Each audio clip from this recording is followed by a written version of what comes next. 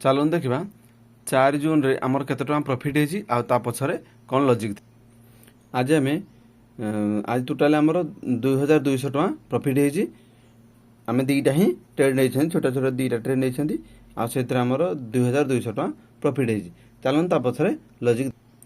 काली कौन कला मार्केट ए जगार सपोर्ट नहीं कि मार्केट अपसाइड एभला गोटे राली देइछि को जगार ना आमर 23,200 रु सपोर्ट नहीं कि एमती गोटे राली देइछि।